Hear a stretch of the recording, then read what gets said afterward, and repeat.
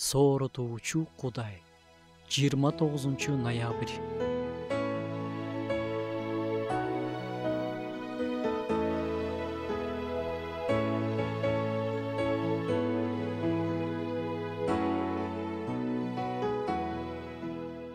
Жарыштын аягына чыгалы.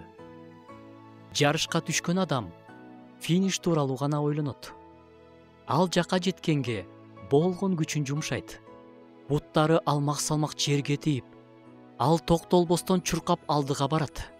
Эгерде эле ал эки жагын карап, турган адамдарды ким эмнени кийип алган, ким эмне деп сүйлөп жатканын, кандай түстөгү машиналар жол жээгинде токтоп турат десе, албетте анын ылдамдыгы азайып, таптакыр эле артта калышы мүмкүн.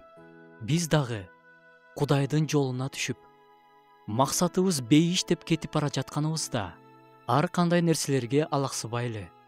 Жазууда айтылгандай, ар кандай түйшүктөн жана оңой эле чырмап алчу ар кандай күнөөдөн арылып, алдыбыздагы жарыштын аягына чыдамдуулук менен чыгалы. Оңой эмес.